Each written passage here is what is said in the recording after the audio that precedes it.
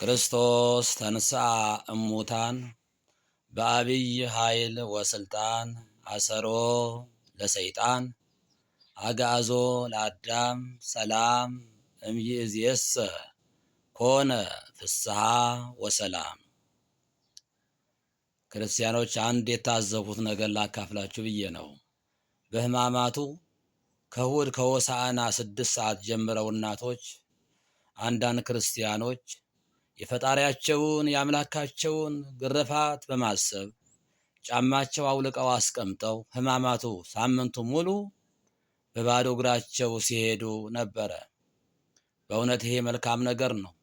አርብ ደግሞ የስቅለት ዕለት አርብ ቤተ ክርስቲያናችን ውስጥ የመጡ ክርስቲያኖች መተላለፊያ እስከምናጣ ድረስ የተለያየ ምንጣፍ ይዘው የሚቀመጡበት ወንበር ይዘው መተው ሲሰግዱ ነበር። ምንጣፉ ምቾት የሚሰጥ ነው።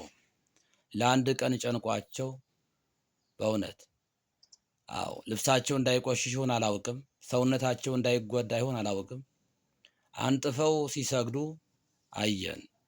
እንደዚህ አይነት ኮተት አያስፈልጋት እንደ ቤተ ክርስቲያን። ከመጣችሁ ዝም ብላችሁና ስገዱ።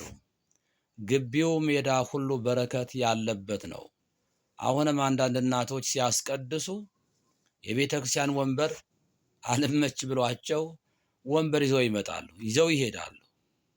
እንዲህ አይነት ነገር ከየት እንዳመጣችሁት አናውቅም። አባቶችም አያስተምሩም እንደዚህ አይነት ነገር። ምንጣፍ መስገጃ ይዘው የሚሄዱ ሙስሊሞች ናቸው እንጂ በእኛ እምነት በክርስትና በተዋህዶ ሃይማኖት እምነት እንዲህ አይነት ኮተት የለም፣ አያስፈልግም። ጌታችን ለእኛ ሲል ስንቱ መከራ ተቀበለ።